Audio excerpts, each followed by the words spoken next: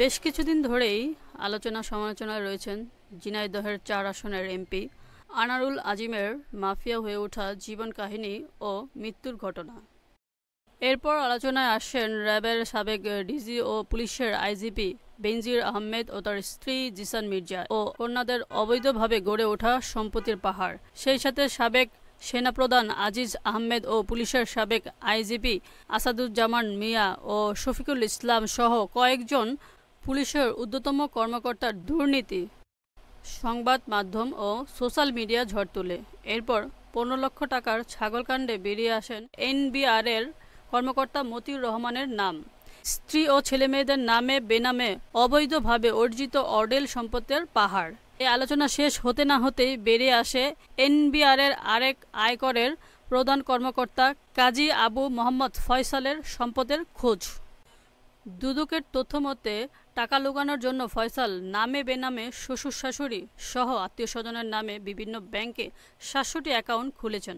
এইসব ব্যাংক অ্যাকাউন্টের মধ্যে শ্বশুর শাশুড়ির নামে রয়েছে ১৮টি অ্যাকাউন্ট এবং এইসব অ্যাকাউন্টে জমা দেওয়া হয় ১৯ কোটি টাকা এবং তার থেকে বড় অঙ্কের টাকা তুলে নেওয়া তথ্য পায় দুদক। আদালতে দুদকের নথিপত্র থেকে জানা যায় ফয়সালের শ্বশুর একজন অবসরপ্রাপ্ত কর্মকর্তা এবং তার শাশুড়ি একজন গৃহিণী। দুদক মনে করেন আত্মীয় স্বজনের অ্যাকাউন্টে এই টাকা মূলত ফয়সালের অবৈধভাবে অর্জিত টাকা। ফয়সাল তার নিজের ও স্ত্রীর নামে ছাড়াও আত্মীয় স্বজনের নামে রয়েছে কোটি কোটি টাকা। দুদক বলেন ফয়সাল অবৈধভাবে টাকা লুকানোর জন্য নিজে ও আত্মীয় স্বজনের নামে খুলেছেন ৭০০টি ব্যাংক অ্যাকাউন্ট। এই অ্যাকাউন্টের মধ্যে দুদক সুনির্দিষ্টভাবে ৮৭টি অ্যাকাউন্টের টাকা লেনদেনের তথ্য পেয়েছেন। ফয়সাল ২০০৫ সালে এনবিআরের সহকারী কর কমিশন হিসেবে চাকরিতে যোগ দেন।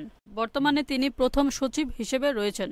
ঘুষ ও অনৈতিকভাবে কোটি কোটি টাকার মালিক ফয়সালের বিরুদ্ধে গত বছর দুদক অনুসন্ধান করেন। গত বৃহস্পতিবার অনুসন্ধানের কাগজপত্র আদালতে জমা দেয় দুদক।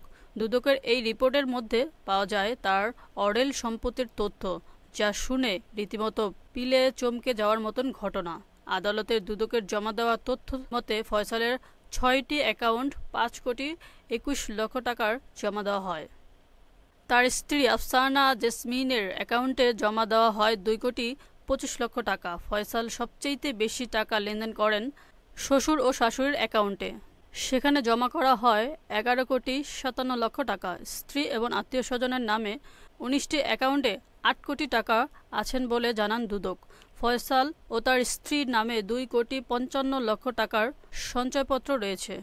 দুদকের আবেদনের প্রেক্ষিতে আদালত কিছু ব্যবস্থা নিয়েছেন। এর মধ্যে তার ও তাহার স্ত্রীর নামে ঢাকা ও নারায়ণগঞ্জে ৫ কোটি টাকার ২টি প্লট, শ্বশুরের নামে রমনা এলাকায় একটি ফ্ল্যাট, শাশুড়ির নামে খিলগা এলাকায় ১০ কাঠার একটি প্লট জব্দ করেছেন আদালত।